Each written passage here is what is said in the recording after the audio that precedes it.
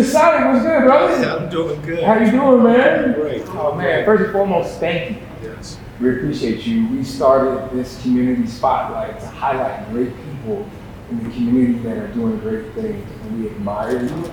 We appreciate you. And we just wanted to take this opportunity to give you your flowers. I appreciate it. Thank you. Thank you for having me. Raleigh, North Carolina, when that word pops up, I want you to finish this statement for me, okay? Raleigh, North Carolina made me and prepared me for Life's journey. I've been on a journey for 50 years, and it has taught me life lessons. It has given me experiences that at the time I didn't know I would need. It's prepared me for all the moments that I've been blessed with. Yeah. You know, we're talking about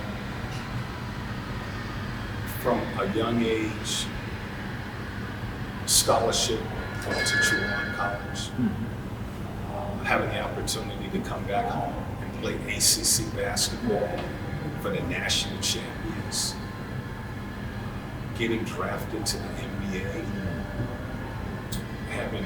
playing a 12-year career in the NBA. How do you go from the first of all, how do you get to the NBA, and how did you get from the NBA to coaching? All of that was developed here in Raleigh, North Carolina, with coaches in my community and the place in which I grew up in. I love that. Welcome to Community Spotlight, brought to you by Bro Code TV Productions and hosted by the Bros. Join us on this dynamic journey as we shine a spotlight on local agents who are making a profound difference in their communities. These remarkable individuals bring creativity, wellness, and purpose to the forefront as they tackle challenges, nurture their families, and celebrate successes. In each episode, we explore their unique stories and initiatives, offering an inspiring glimpse into the world of community transformation. Get ready to be inspired by those who are leaving an undeniable mark on their neighborhoods. Tonight, we will be highlighting the inspiring journey of NBA icon Nate McMillan, coach, philanthropist, and community leader. Beyond the court, discover his role as a devoted father and husband, making a difference off the court. Make sure to subscribe, like, comment, and share all of the Bro Code Show online platforms. We all we got. Let's talk about that, because oftentimes I've heard that we stand on the shoulders of the giants that came before us. So whose shoulders are you standing on? Who put the ball in your hand? How did Nate McMillan at 4'10" turn into the Nate McMillan that's standing in front of me or sitting in front of me? You're absolutely right. You talk about the giants, but first of all, my brother. I have an older brother, Randy. Yeah. And he is 5 years older than me, and he played sports. We had so many kids in our community that, even when on Saturday or Sunday, when the park was closed, we had enough kids that we would go up there and we'd play football. Yeah. We get a tackle football game going. Or we played baseball, or we played basketball. We did all of that. But Randy was the one who introduced me to sports, and he started to play, and I would follow him. I would follow my older brother. This is a true story. Yeah. Everywhere he went, him and his friends would go to another community to play basketball, and I would be about a block behind and just walking. He would throw rocks at me. Go home. Go home. I would follow him. Yeah. And I don't know why. I just wanted to be with my older brother. Yeah. So I would follow them, and then when they would get to a place where they would play, I would be sitting there. I'd slowly walk up and I would be sitting there just watching them. And at the end, when some of those guys got a little tired, young fella, come and play. We need another body. Yeah. and I would get to play with those guys. So I always played with older kids. Is it safe to say that Randy, or correct me if I'm wrong, that's how the ball got in your hands? Absolutely. Your older brother? Absolutely. My older brother and his friends, they were really good athletes, and I loved watching them play. And as I mentioned earlier, Parks and Recreation, they all played, so I wanted to play. And I remember this one morning, Randy is going to. This is how much I follow this guy. Randy is playing for VFW. I eventually played for VFW, and we won a Super Bowl. But Randy is playing for VFW, and he's going up to the park so that they could travel to another community center to play. It's 6 o'clock in the morning, and I'm up, walking him to the park, and it was like the Mean Joe Green commercial when the little kid had Mean Joe Green's helmet. That they used to show a long time ago. I'm carrying his helmet as he's walking to the park, and we're not saying anything. I'm just walking him to the car so that he can take off. And I ended up finding a $5 bill, and I gave it to him so that he could buy him something to eat. And thinking that was his lucky day. Well, matter of fact, they was playing Chavis. Okay. And them boys for Chavis racked him up. I'm sure there's people right now watching this. He came back home with a broken leg. He came back home with a broken leg. But it was like those experiences like that. I followed him everywhere he went. So who introduced me to sports was my older brother in my community. I have to ask you, it's clear that you have a love for your brother. We've had the pleasure of meeting him at the gala there, and we'll talk about it later on when it comes to mentorship. With that being said, if you could write a thank you letter to your brother, and you think about all the things, I watched you just glow when you talk about it, what would that thank you letter say? Because if you didn't have an older brother, arguably, you didn't have Randy. We would be talking about that. We wouldn't be talking about making it. So that thank you letter. Start off. Thank you. And for him, that's a miracle. And I tell you, I love you. That was those words you really don't hear a lot from males and to each other.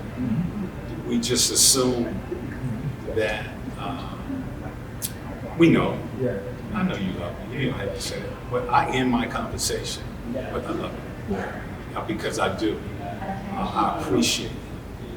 I know for a fact that if it wasn't for him and certain other people in the community, but it started with him, guiding me, supporting me, nurturing me, loving me. And when I think about all the things that this guy did for me, I'm doing the same thing for my kid.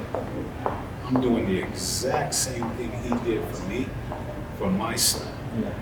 And it's the reason that I'm starting the McMillan Foundation, because I know it works. You want to get more into the McMillan Foundation, you want to get a little bit more into marriage. But before we do that, I want to talk about faith. Right? What part does that play in your life, and how important is it?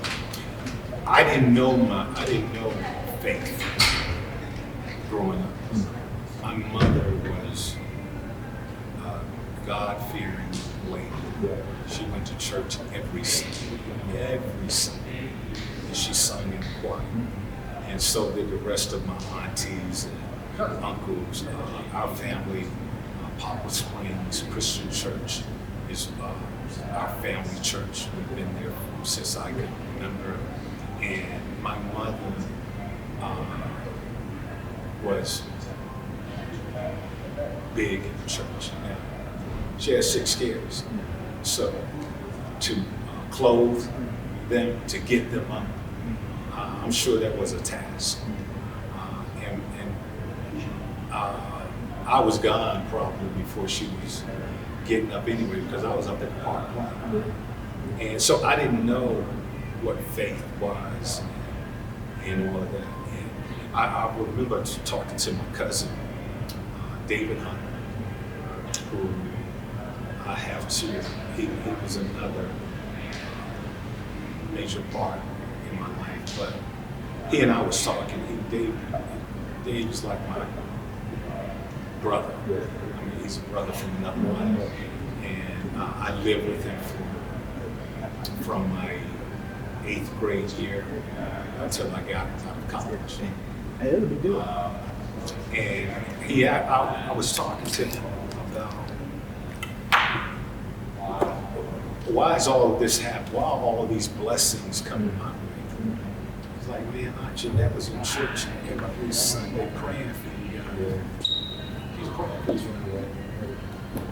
She was praying for her kids. And that was like, wow. And I think I found faith when I started to, pretty much when I probably went into my freshman year in college, because I started to pray and prayers were starting to be answered. It was like, wow. And it became something that it guided me. I felt the Spirit. I was living that Spirit. And it became the thing that guided me and got me through everything. Good, bad, everything. So I started to attend church. Actually, when I got out of college and started in the pros, I started to attend church and to get more involved in church and be more of a supporter of the church. And Pastor Charles Brooks was like, that guy's awesome. He teaches you. He teaches you. Thank you for sharing that. Oftentimes, as a child, I lived on my grandmother's faith until I found my own. Until, like you just spoke of, I got an opportunity to live life. Grandma said, just keep on living, baby, one day at a time. Until those things started to mean something, I started to show myself approved. I'll never forget those aha moments. My grandmother used to use something that was revered in Matthew. She'd say, never let the left hand know what the right hand is doing. And she was talking to me about that with money. We're talking about saving money, but biblically, in the book of Matthew, it talks about not boasting of your good works and not having to show off the things that you do well. Well, little did I know, grandmother was feeding me in her own way. She didn't have to say Philippians 4:13. She could say, baby, you could do all things. So she didn't give me so-called address. She gave me the destination and the direction. She planted a seed, and it was up to me to show myself approved. But I'm thankful that she planted the seed, because if she didn't, I never would have got to the destination. So thank you for sharing that. Michelle, your wife's name, is that correct? Yeah. How long you been married, baby? 37 years. 37 years. Good Lord. Help me out, baby. I need some help, brother. I need some help from my listeners and all those men that are wondering what's going on next. Give me 3 words that have gotten, or 3 principles, 3 values that have gotten you through those 37 years. Trust, love, and support. Trust, love, and support. Is there any aha moments of frustration or challenge that led you to those 3 words? No, I think it's just life lessons that led to that, because again, being without a father, and when I met Michelle in college, I met her my sophomore year in college, and you know, at that time, all I'm not thinking about MBA. I'm not, you know, thinking about really the success, definitely not the success that I've had. I'm thinking, I want to get married, and I want to have some kids, and I want to find the right woman to do that. And she was this, oh man, she was beautiful, and still is. Just like I didn't think I was on her level. So for the first year, I didn't talk to her. I wouldn't say a word. It was like that girl is up here, and you know, she's focused on her education, and she doesn't even see me. And going to my sophomore year, we ended up the same place one night hanging out, and I threw that serious line on her. Oh, what was the line? You remember the line? You want to dance? No. Would you like to dance? Proper. Would you like to dance? And it's like, sure. And once we had that one dance, I didn't let her go. I haven't let her go since. But beautiful lady. I couldn't have married that partner. She gave me her life as well as her our two kids, and you know, she had a beautiful family. It was like she made me better. You know, she you know, having her it saved me from myself. Because when I was going into the MBA, and all of a sudden I'm experiencing having money, and I can do some things that I never thought or imagined I could do. If I didn't have a partner that was supportive and I respected, you know, things could have went a whole different way. So she was perfect for me. She kept me, she settled me down. Not that I was really wild and out there, but she settled me down.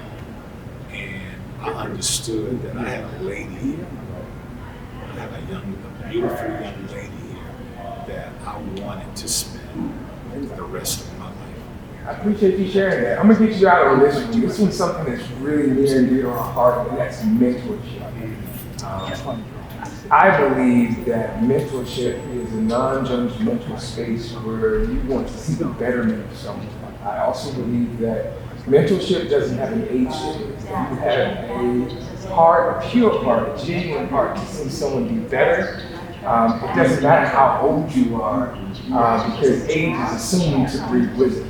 So, or maturity. But I'm curious, why is mentorship important to you, and what is the mission of your foundation, and how we're looking to change the trajectory? Well, mentorship is important to me because there are all these statistics out there that says that 8.4 million people are living in single-family homes. Discover the pinnacle of visual storytelling experiences with BroCo TV Productions. From the artistry of photography to the magic of videography, the world of podcast production, exclusive red carpet services, captivating MC services, inspiring speaking engagements, expert panel discussion curation, and breathtaking drone services. The Bros have you covered. Elevate your events and storytelling with us. Contact BroCo TV Productions now at 919-714-9905 and be a part of our incredible journey at www.brocotvproductions.com.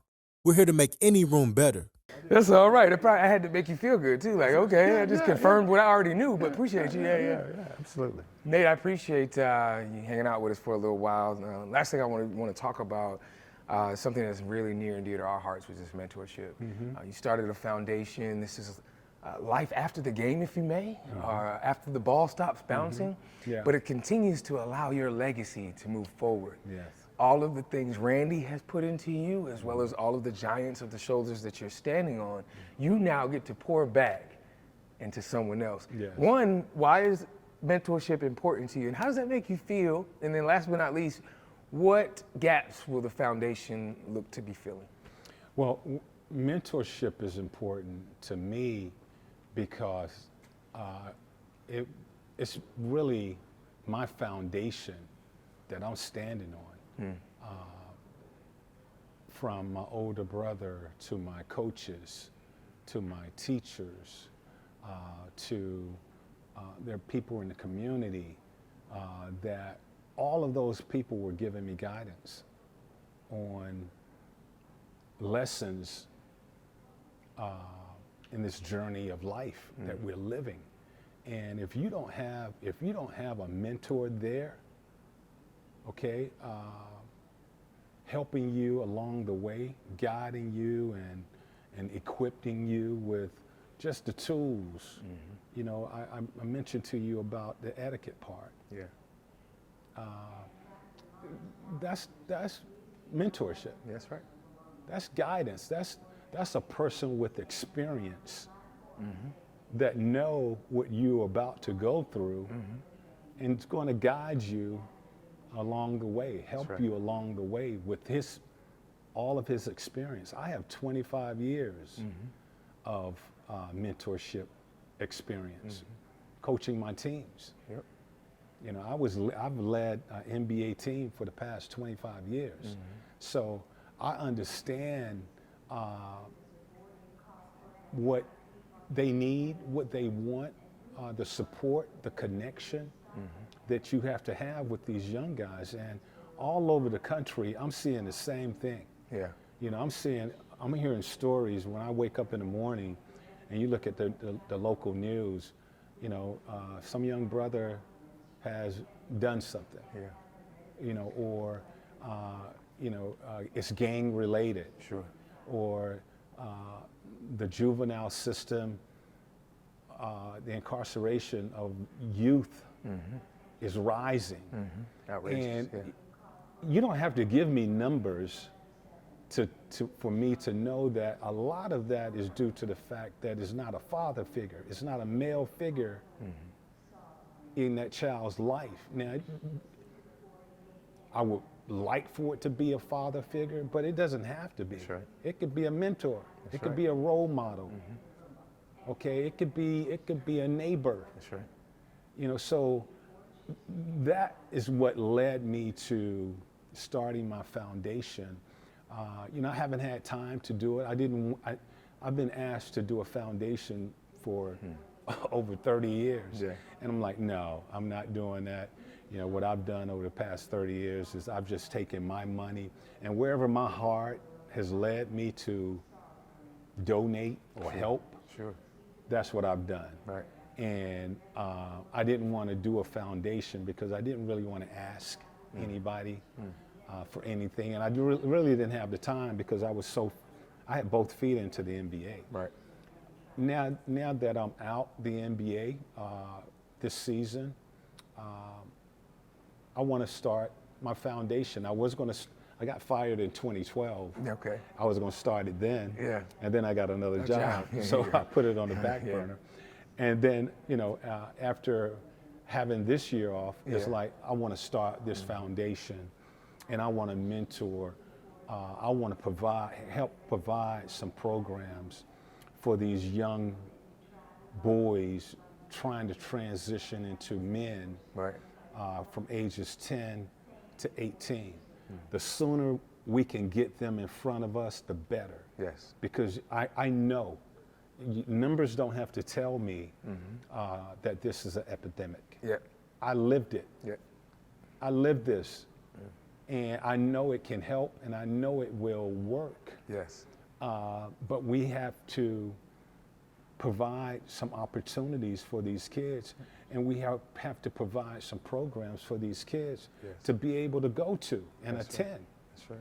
And then we're going to do all kinds of things. We want to have a career day. We want these kids to talk to people like yourself, successful people who have their own businesses, and listen. That's right. Listen to what you have to say. I'm curious, how can people get involved? Is there a website? Is there somewhere where they can go to find a little bit more? www.natemcmillanfoundation.org, and you can go on the website, and what we are, because I'm actually launching tomorrow. Okay. At my fundraiser. This So fall of 20, the end of 24 going, or 23 going into 24. That's absolutely right. Yeah. Nate McMillan Foundation established 2023. That's absolutely right. You're taking over the world in 24. Yeah, 20, right. So we're actually going to have our first fundraiser tomorrow night. Okay. It's a sold out event. And so the support has been there. You know, we need to raise some money. And this is where I'm learning. Sure. And this is new to me because, you know, I think I have a really good board. Wanda Thomas is the director of my board. Derek Waters, executive director. And we have Shannon, and we have Robin. You know, we only have 5 members on the board because I want to be patient with how we build this board. Okay. And everybody must understand that it's not for me. When you come on board, it's for these kids. Imagine a world without the burden of breast cancer. A world where hope shines brighter than fear, where every step taken brings us closer to a cure. Join us in Making Strides Against Breast Cancer, a movement that unites communities, ignites change, and saves lives. Your support matters. Register your team today. By donating, you're funding groundbreaking research, life-saving treatments, and critical patient support. Volunteer your time to create moments of care and compassion that inspire strength and resilience. And don't forget to lace up your sneakers and walk with us. Your steps symbolize progress, unity, and a shared determination to eradicate breast cancer. Whether you're a survivor, a caregiver, or an ally, your involvement makes a difference. Together, we're making strides towards a world free from breast cancer. Visit our website to donate, volunteer, and join Making Strides Against Breast Cancer of the Triangle. Let's come together step by step until breast cancer is a thing of the past. Join Making Strides Against Breast Cancer and be a part of the movement for a brighter, healthier future.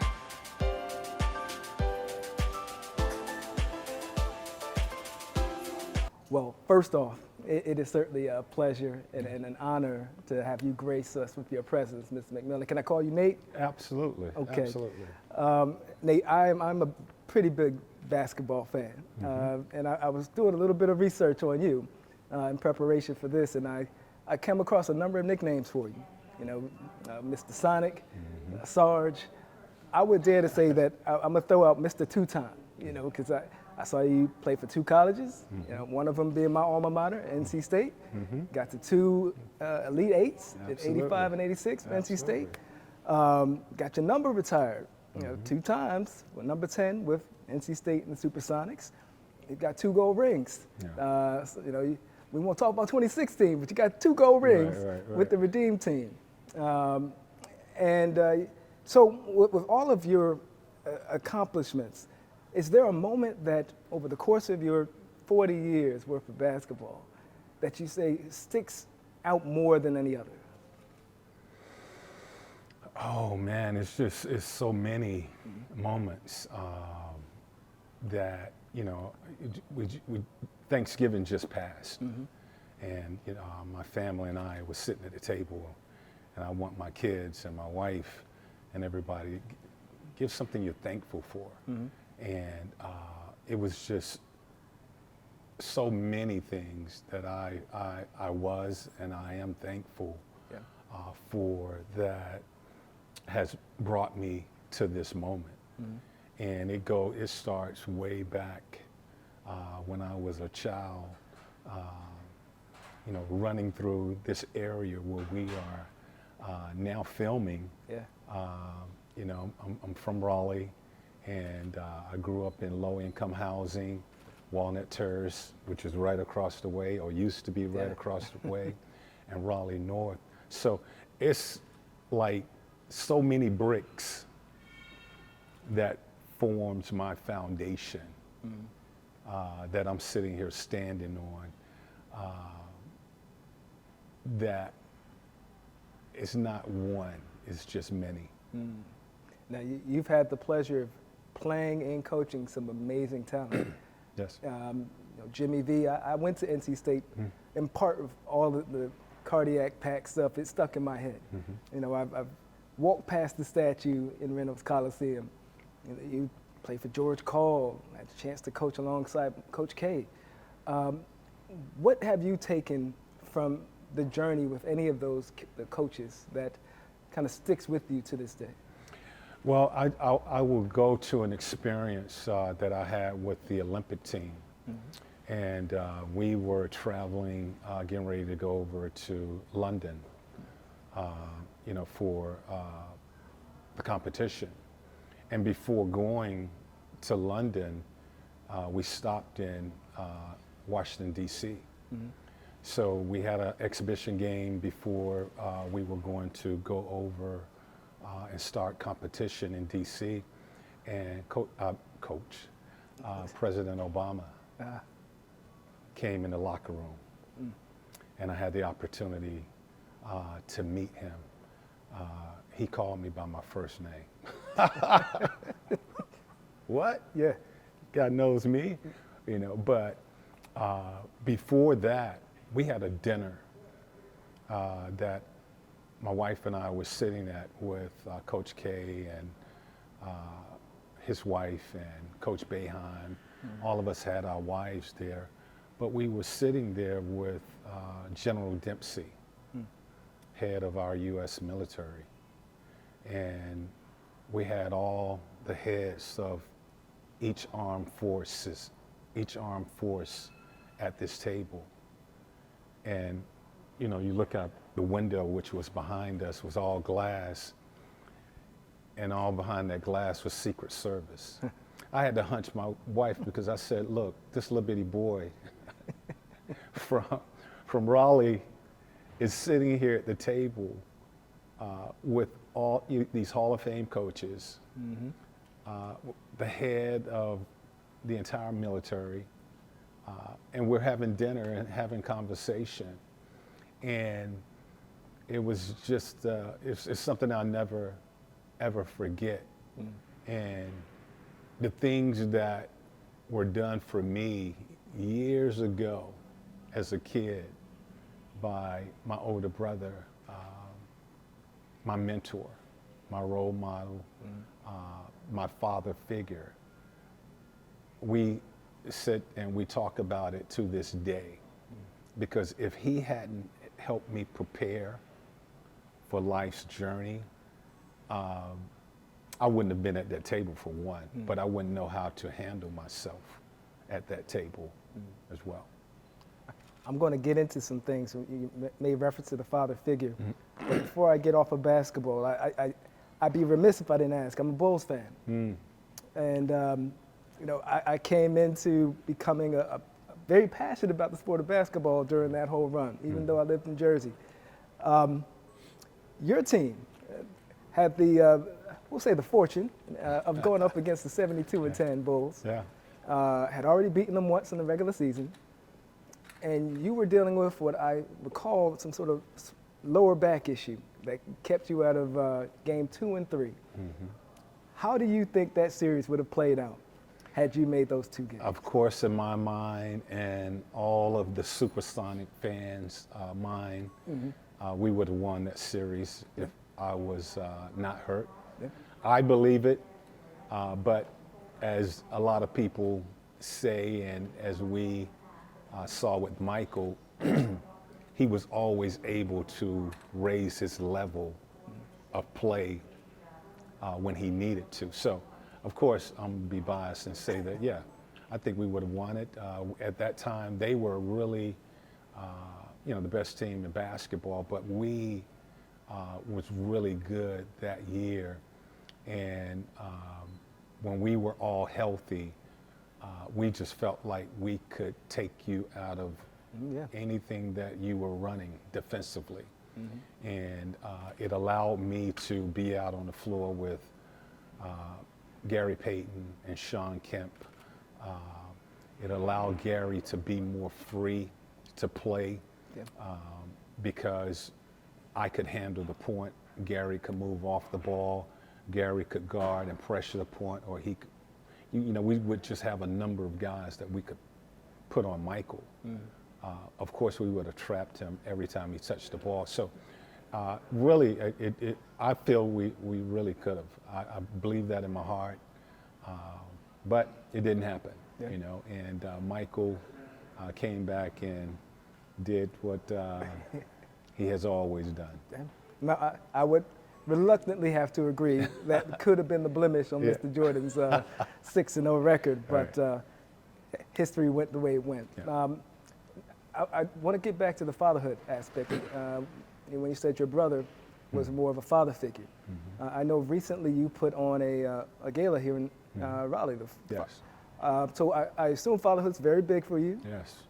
I just had my first child at the age of 14 months ago. So I am Congrats. I am learning how to be a father, particularly from the likes of individuals like yourself. Walk me through why it was so important for you to have that event and what fatherhood in general means to you. Well, your presence is important to your child. And I didn't have a father. I was raised by a single mother who had 6 kids and 5 boys and a girl. And the challenge of kids being raised by a single parent, you can look at all the numbers, and the numbers are bad, far as a child growing up with just a mother in the household and not having a role model or a father figure or a community to support him. And I had all of that, though. I didn't miss my father. I never met my father, never seen my father, but I didn't miss my father because I had a lot of love and support around. My older brother, who's 5 years older than me, took it upon himself to be that father figure. And, so when I was stepping out of line, he would put me back in line. He was giving me guidance on what to do and things to do. He understood what needed to be done. And, I sit and I think about it. I'm getting chills now, just thinking about what this guy was doing for me. As I talk to you about that dinner that I was at with armed forces, all the generals. And my brother, when I was going into my senior year, he knew etiquette was going to be important. So he took me to a steakhouse. Didn't say anything. I never had a steak. I'd never been to a steakhouse. We couldn't afford steak. But he knew that it was going to be important because I could play. I had some talent in basketball, and I was going to start going on recruiting trips. And I was going to need to know etiquette. He take me to this restaurant. He doesn't have any money. My uncle and both of them, they had this all planned out. We go to the restaurant, and the young lady, the waitress, asked me, what would you like to have? Well, I would like to have a steak. How would you like it cooked? I looked at my brother. What you mean, how would I like it cooked? I want it done, And they just fell out laughing. And he explained to me what temperature. I want it done. Right. So then she comes back and she said, would you like it medium well done, And I had never heard all of that before. So fast forward, I go on to a recruiting trip, and sure enough, I'm in front of this college coach, and it's about 3-4 recruits. We all go to dinner. They take us to dinner, and the waitress comes to the table and asks us, what would we like? Well, everybody wanted steak. We was at a steakhouse. And she asked me, what would I like? Yes, I would like a steak, medium well, please, just slight bit of pink. Just slight bit of pink. This other guy didn't know how to order that steak. The steak came back, plate bloody red. Oh, man. And then I fast forward to that dinner. Proper etiquette. How important was that lesson? And so to have a person like that in my life at a young age that was guiding me and directing me and supporting me made a difference. You know, so that's the reason I'm launching my Nate McMillan Foundation to mentor young boys, fatherless kids from ages 10 to 18, because we want to give them the tools, the values, the guidance on this journey of life. And I know that it will help because I'm a living example of the support of the community, my older brother, coaches, teachers, park directors, all of those people played a huge part in my life and my development. Yeah. Well, you've been privileged, you've been accomplished throughout most of your career. Everywhere you've gone to coach, you've turned them into a winning franchise. And coincidentally, they tend to do worse without you. What's next for you in regards to your coaching journey? Well, right now I'm focused on my foundation. I've been coaching for 25 years. Yeah. I've been a part of the NBA for 37 years. And you know, that's a long career. And I think the landscape of the NBA is changing right now as far as opportunities for veteran coaches. You know, the entire league, I think, is going a little younger, players as well as coaches and front office personnel. So for me, this year, I'm focusing on my foundation. I'm keeping an eye. I'm watching all the NBA games, so I know what's going on there. And if the opportunity presents itself, meaning a good opportunity where front office and that coach is in the same alignment. Gotcha. And they got the same or similar visions. I'll definitely consider it. So I'm not closing the door on the NBA, but right now I'm really focusing on my foundation. Well, thank you. Well, we have to pay some bills. We're going to take a quick break. Right back with Nate McMillan on The Broco Show. Attention corporate heroes. Your support isn't just a gesture. It's a catalyst for change. Making Strides Against Breast Cancer salutes the incredible impact of our corporate sponsors. Your partnership fuels the engines of progress, helping us pave the way towards a breast cancer-free world. Every donation you make strengthens the foundation of research and care. Every volunteer effort you invest creates a ripple effect of compassion. And when your employees join our walks, they embody the spirit of unity and determination that defines our movement.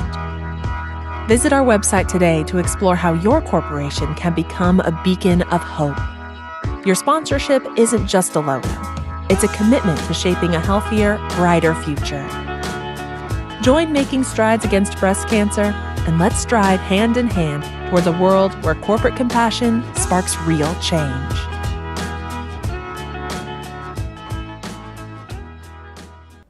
So Nate, earlier you were talking about your brother. I've had the privilege of meeting him.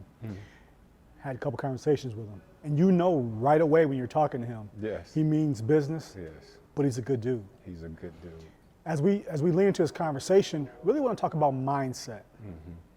Did he help you with mindset? Because for what you've built over a 40-year period, your mind has to be on point.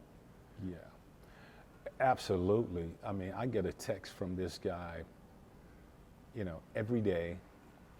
Still? Huh? Still? Oh, absolutely. Wow. Every day. And it is something talking about the mind. And we was talking about today the conscious mind and the subconscious mind. What's the difference? And which one do you listen to?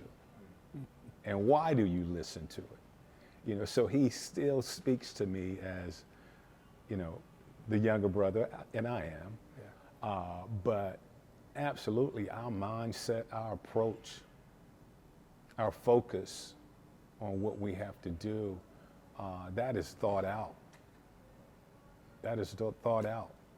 And so tomorrow morning, when I wake up, my whole day has already been thought out and planned. So I'm able to wake up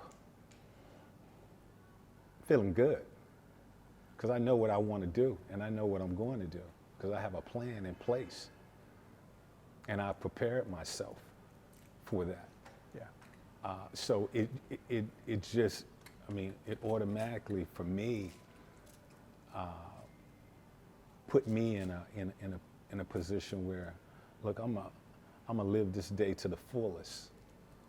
Every second, from the time that I get up, and I get off my knees, and I come back home, and I go back down on my knees, it's already planned out.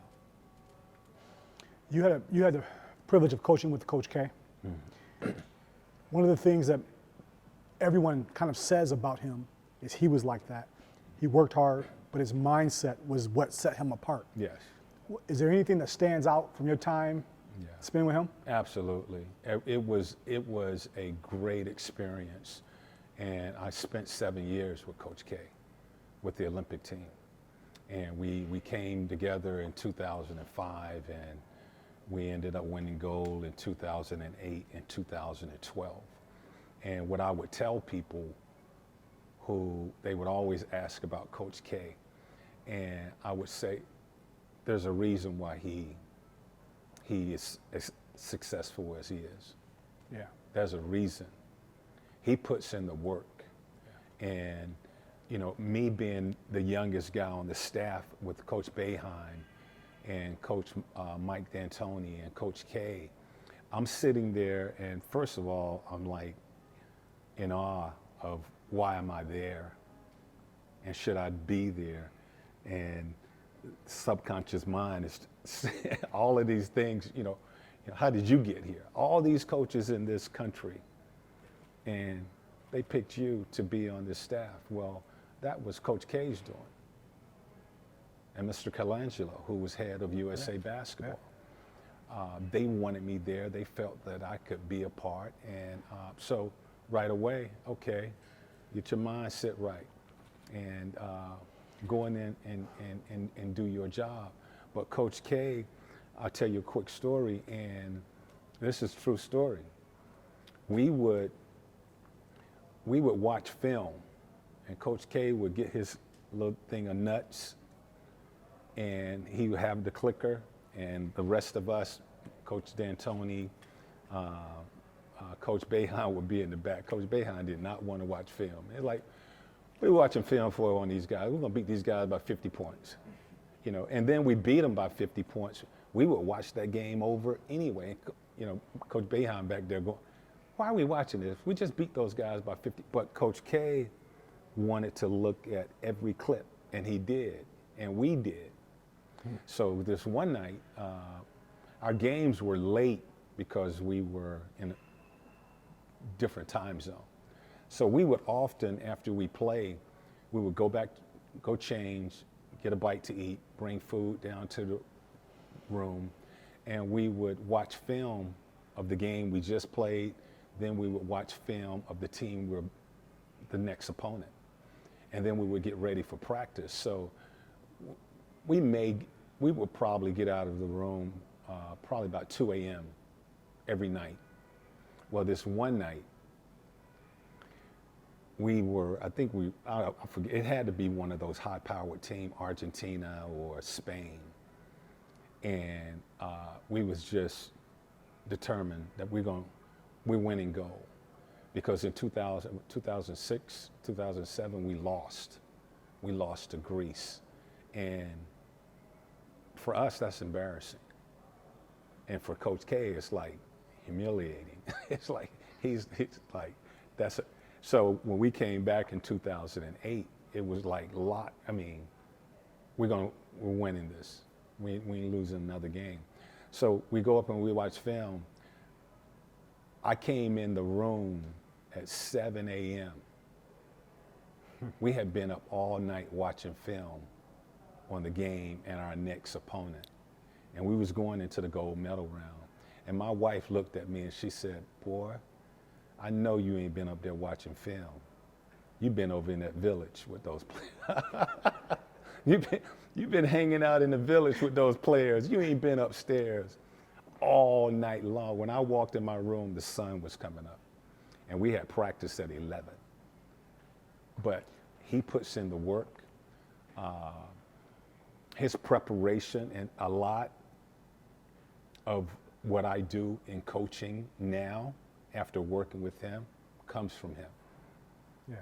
Because everything had to be right. You know, the mood had to be right. You know, just like you guys are setting up your cameras, he didn't just bring his team into a room. There had to be maybe some light, or we needed to change the room. You know, it was, he thought this thing out. And what I found with Coach K, he's big on words. He really thought out what was going to be the first thing that he said to his team the next day, because he felt that I only have their attention. Young people, I only got their attention for, I gotta grab their attention right away, get my point, make my point, and then move on. So the first 5 minutes of his meeting, when the players come in and sit down, and he greet the players, and then his message, he works on that more than his practice plan. And you know, so working on mindset, I haven't seen anybody better. Yeah. We're sitting in downtown Raleigh. You already shared that you kind of grew up in this area. There's something about this city, it's growing, but growing up it wasn't that big. No. But pound for pound, and we've asked some of the others, this is one of the best places for basketball. Yeah. Whether it's yourself, I was actually looking at a roster from Seattle, and Danny Young was on the roster. I didn't know that. Yeah. Who's right from here too, the PJs, and you know all the names. What is it about this city that produces this level of talent? Well, when I was growing up, it was Parks and Recreation.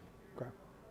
Our Parks and Recreation program had to be one of the top programs in the country. I don't know that, but I believe that because of what it offered. So much that at this very point, I am trying to get in and meet with them. I've talked to them many a times about what is going on in the community, in the Parks and Recreation now, because there's a lot of kids that are out here with no programs to get involved with. And I had all of those I played baseball, football, basketball. Whatever season it was, we played it. You know, so I played tackle football and was pretty good at it. I won a Super Bowl in senior league. I played midget football. Okay, I played football up until high school, and I played baseball up until high school. And all of that was in Parks and Recreation. I played basketball up until high school. I wouldn't go out for at that time it was junior high school. I wouldn't go out for my junior high school because I was afraid of getting cut. So I couldn't get cut from Parks and Recreation. I didn't have that confidence, low self-esteem and all of that type stuff. But Parks and Recreation provided that for me. And I mean, Lions Park, I don't know if you guys ever been there, but it was like magic, man. It was like, we had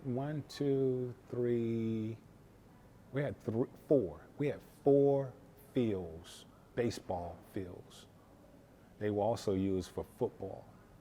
We had Little League, Junior League, and we had Babe Ruth League. And then we had a men's softball league. There were nights during the summer, it could have been 1,000 people up there every night because there was 2 games on each field. So everybody would be up there playing. They would bring their families to come and watch, family and friends. It was magical. And now I walk through these fields. I've been gone for a lot of years.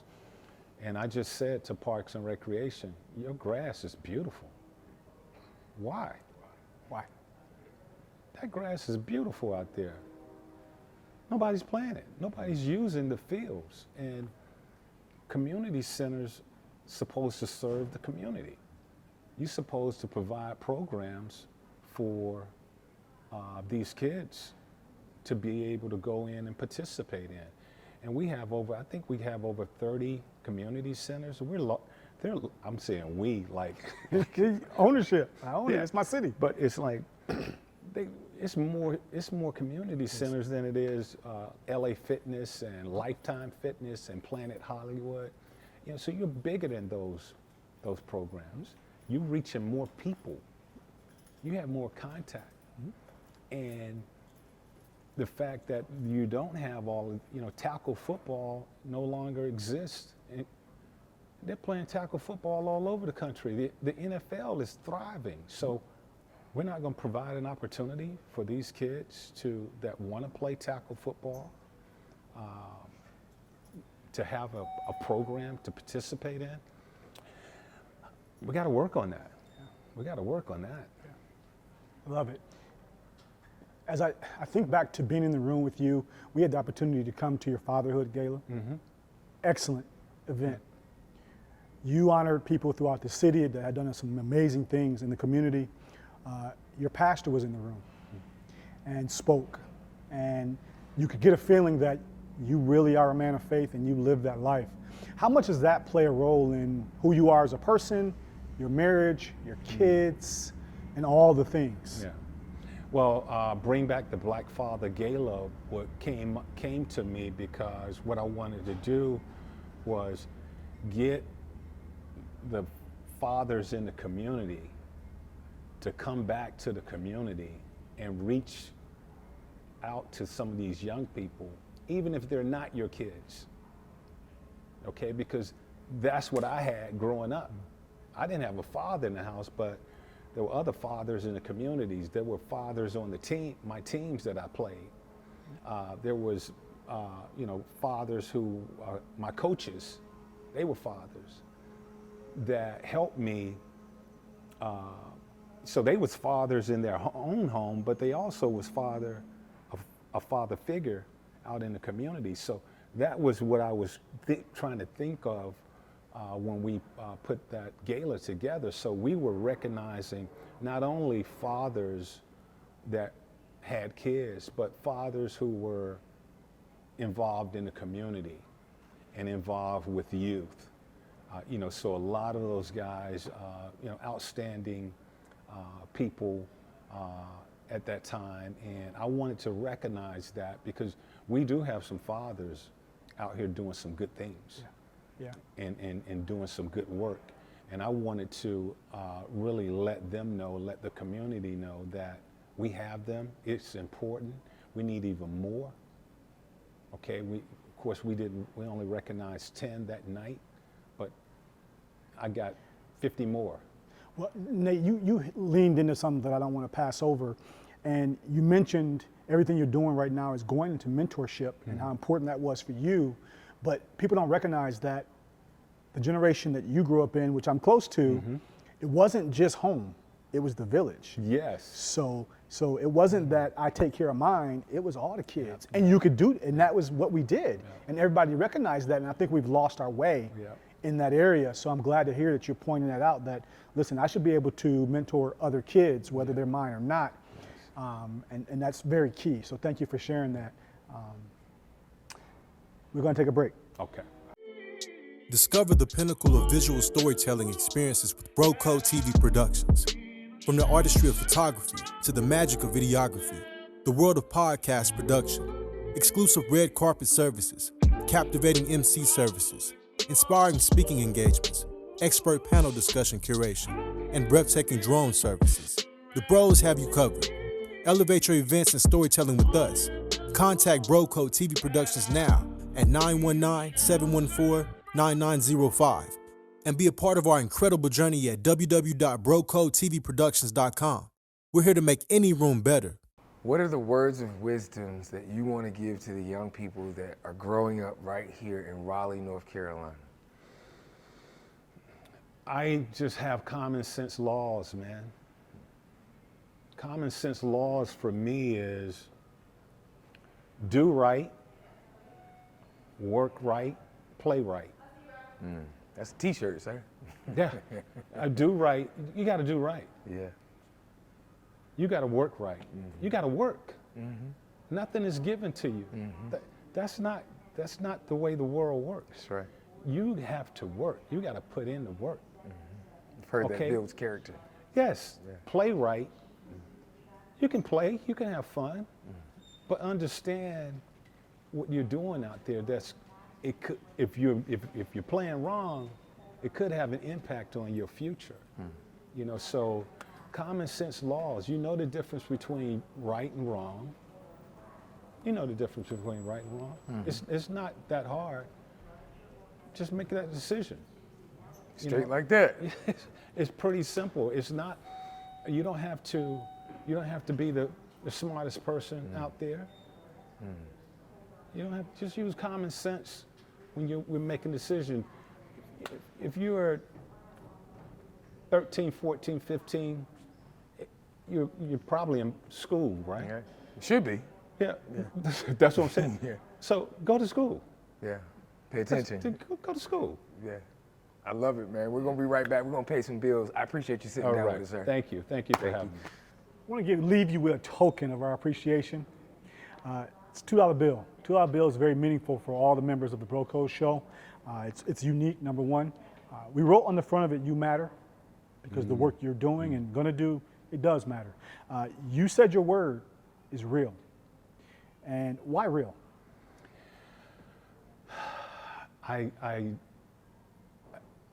Why real? I have a problem with being fake. I have a problem with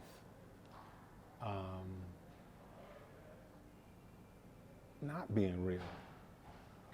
You know, and real, I think that consists of many different things. Just trying to do things right. Yeah. Working hard. Yeah. And staying focused. But just being real and not caught up in, I think the world as I see it or as I feel it right now, feels like a lot of bad stuff is happening. And I want to feel good. I want to bring some good stuff to the world. Yeah. And I think that's what we're supposed to do. 100%. You know, the way has been. Look, I'm in retirement. I've lived an unbelievable life because of what people have done for me. What my community, my family, my friends have done for me. Now I have an opportunity to extend a hand and pull you. Okay, and that's what I'm doing, you know, and you know, so I see the issues, I know the issues that is going, and there are many, many, many people. I'm not even worried about what everybody else is doing. You know, I'm just focusing on what Nate can do. I think I have a little platform here that I can provide some assistance to my community, that community that served me. I'm now going to serve it. And that's the way it should be, and that's real. Yeah. So I want to give you this $2 bill. Put this in your hand as a token. I thank you. Thank you. I thank you. Go ahead, hold it up, sir. Absolutely. What you got there? $2, Richard. I'll take it. I'll take it. I appreciate it. All right. And then do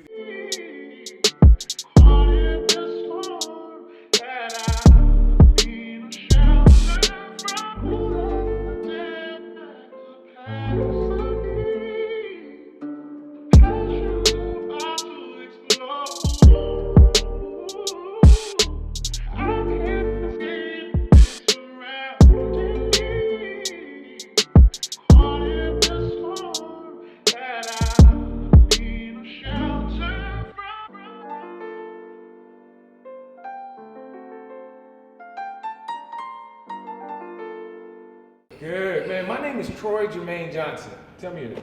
My name is Nate Nathaniel McMillan. You gave me the whole government. All right now. Sir, you just got off of a community spotlight produced by Broco TV Productions. I'm curious. Tell us about your experience. I think it's a great experience. I think it's touching on what folks are doing in the community. I think that's what it should be about, is what is going on in our community, trying to put stories into the community so that we can help the community. So I love what you guys are doing, and really had a great time. I appreciate it. Thank you, sir. Another one.